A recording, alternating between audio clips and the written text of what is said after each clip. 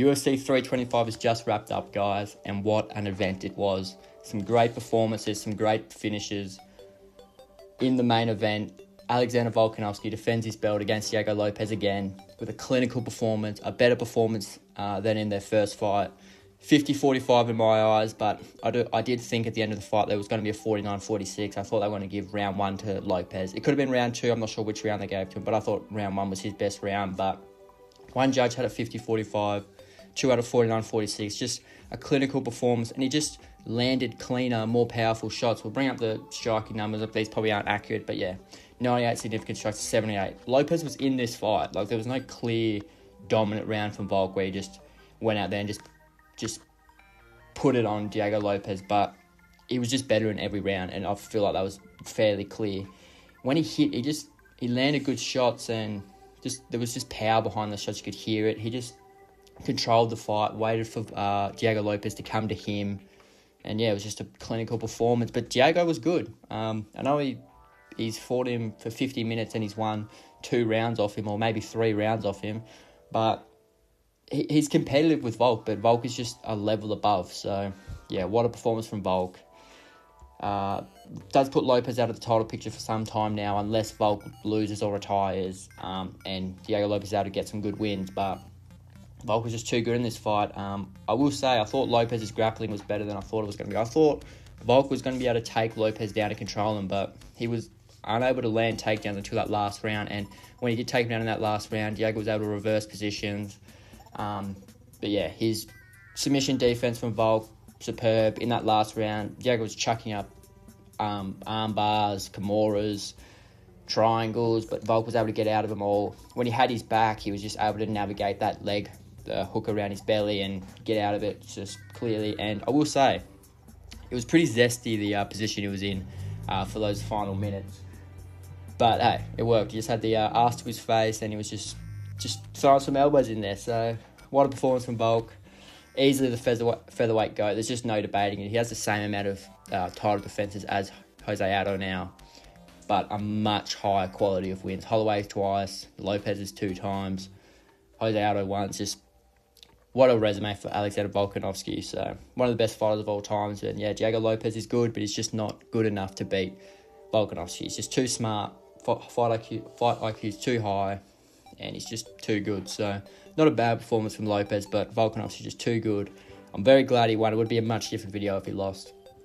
In the co-main, Dan Hooker versus BSD. Dan Hooker looked okay in the first round. His teeps were pretty good. His kickboxing was looking all right, but that second round, Benoit landed a lot of damage in that round. And yeah, as Joe Rogan would say, he's a marauder.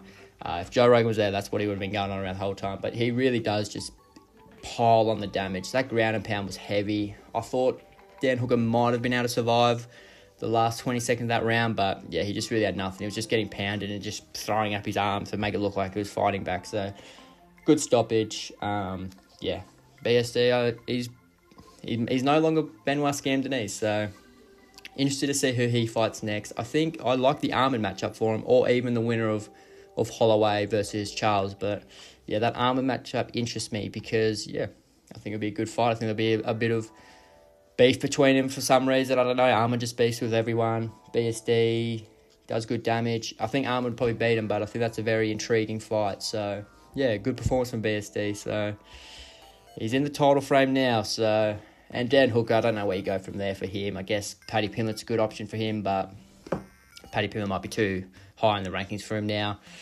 But yeah, I mean, good performance from BSD. Did what he had to do. In the featured fight, Rufi versus Fiziev. Rufi, he was good all fight. Fiziev was good in that first round, landed some nice calf kicks. His leg was quite red, but his jabs and his just length, he was able to control the fight. Once he got that rhythm of the fight, yeah, he really started to take over. And that right hand from Rufi was sharp, and that KO, it was nasty, that right overhand. So good performance from Rufi, but it was still a close fight up until that moment, but clinical finish for him to get him out of there the way he did. Fiziev was trying to scramble and get out of it, but yeah, Rufi put on a good performance, and yeah, good fights for him as well. I think Paddy Pimblett could be a good option for him. You could go actually no, you're not going to go BSD again. He already just fought him. But yeah, maybe Paddy Pimblett for Rufi. So good performance, did what he had to do. Put himself back in the rankings. I think Fiziev was ranked 9 or 8, so that puts Roof in the top 10 now. So some good fights for him, and good performance, and he's very good striker. He's the fighting nerds Conor McGregor. Now let me paint you a picture for this fight. So I'm at uni. I'm watching Kulin Saokid versus Jamie Malarkey. Watch Kulin Saokid lock up that submission. Super happy. I'm like, I'm gonna head home now, so I'm gonna watch the rest of the event. I get home. Pull up, search up UFC on the Google, put it up on screen. Tai Tuivasa wins by decision. That's the first thing I see, and I'm wrapped. I'm so happy. I pick Tai Tuivasa, he's back in the win column. And then I go onto the stream, and I see them interviewing Taylor Teixeira. So that was, it wasn't great. It wasn't good fun seeing that. So my hopes got elevated very high. And then I get in there, Tai Tuivasa's got his glove off, they're interviewing Taylor Teixeira, and I was rattled. I'll be honest, I was quite rattled by that.